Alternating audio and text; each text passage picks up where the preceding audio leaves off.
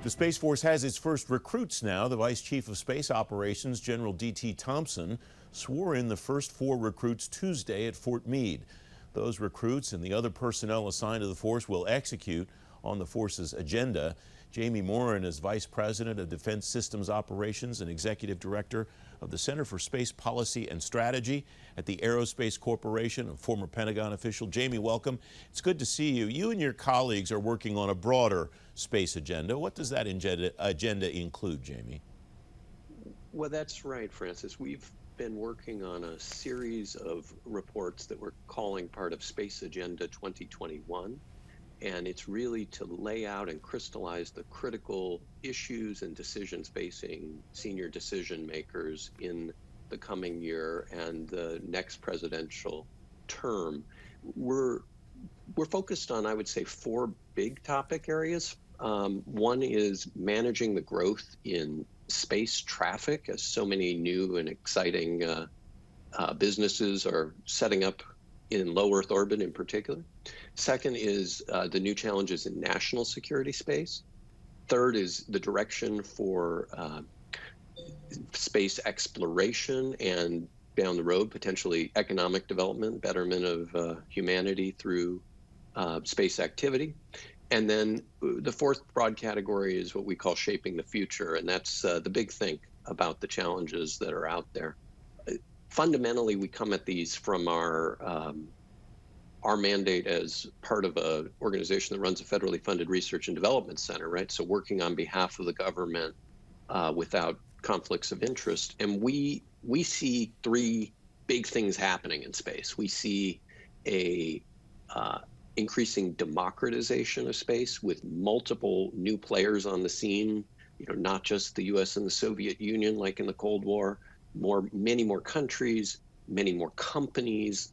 It's not just a matter of writing a policy or making a decree and it will be so. We got to lead by example and persuasion.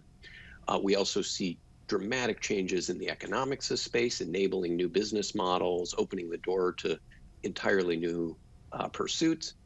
And the policy environment is changing as well. It's become more permissive, but it's still an environment where nations, governments are responsible for the actions of their private actors in space and have to create a policy framework in which that can happen. And given the policy framework that you're outlining there, what does that look like from a strategic perspective when the United States is thinking about not only its public sector goals, but its private sector goals and those of its allies?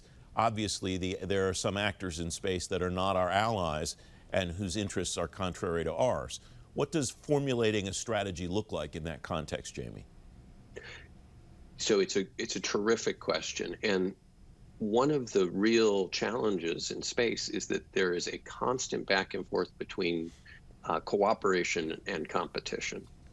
So there's a bunch of things that the US, Russia, China, US allies around the world, there's decisions that they could all take that would grow the pie globally, and there's decisions we could take that would shrink the pie globally. At the same time, we're competing for our slice of the activity, if you will, and striking the balance between that competition and the activities that grow or at least prevent the shrinkage of the pie is key. The classic example of this is orbital debris creating activity, right? The more space junk we have on orbit, the harder it is for everyone to operate. It imposes, if you will, a tax on every space operator to manage their constellation in a way that minimizes their risk from the debris on orbit. But they may make short-term decisions that increase the risk that they'll create debris for others. And so there's this element of both competition and cooperation in the space environment because it's truly global, right? No one controls it or owns it. It's a shared domain where we operate interspersed with one another. We have about a little bit less than 2 minutes left, and we have a link to your strategy that we'll put on the screen here in just a moment, Jamie. But one of the chapters struck me. A lot of these chapters seemed to be natural fits. Defense-based partnerships, emerging issues in new space services, and so on. There's one chapter that struck me as interesting. The Arctic, space-based solutions to infrastructure and national security needs. What is it about the Arctic that fits into a space strategy, or even the concept of a space strategy, Jamie? So the Arctic is clearly one of the areas where global competition is rising. It's also an area where terrestrial, ground-based infrastructure is pretty scarce. You know, if you ask anybody that lives in Alaska or certainly Siberia, they'll report, you know, it's not so easy to get things that people take for granted elsewhere. Space has an important role to play there, but actually many of the space capabilities that are out there that people rely on in the rest of the world don't actually function all that well in the extreme northern latitudes.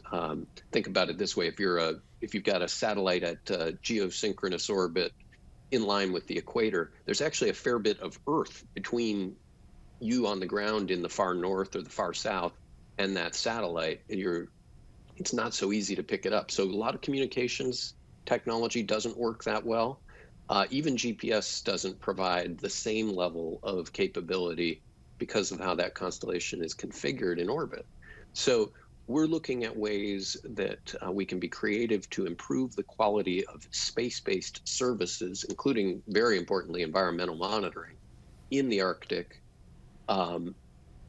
in part because the other ways that we have typically moved information, communicated, and gathered data are more difficult to do in a remote and, you know, often hostile area like parts of the Arctic. Jamie Morin, thank you very much for joining me. It's great to have you back. Thank you, Francis. Always a pleasure.